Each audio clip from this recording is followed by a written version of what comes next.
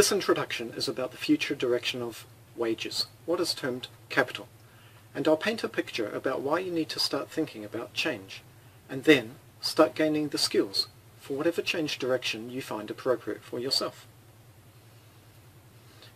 If you don't learn new skills, then the environment that we're going to face in the next 5 or 10 years, without having a crystal ball, is going to be much worse. That's not scaremongering, although it is scary.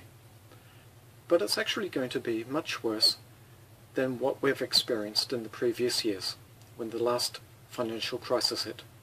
Australia got off fairly lightly, and I don't think we'll be as seriously damaged as other world economies. Nonetheless, it's important to start thinking about the sort of lifestyle that you want, how much it actually costs to fund that lifestyle, and whether or not you can fund it from your current strategies. There was a 2-day conference called World War D, War and Survival in a Digital Age. It was on the nature of change and the changing economic conditions worldwide. The 15 speakers talked about who wins, who loses, and who thrives when the global financial crisis Mark II creates another round of economic turmoil. These brightest economic thinkers were in unanimous agreement that the global financial crisis Mark II was not a question of if, but when.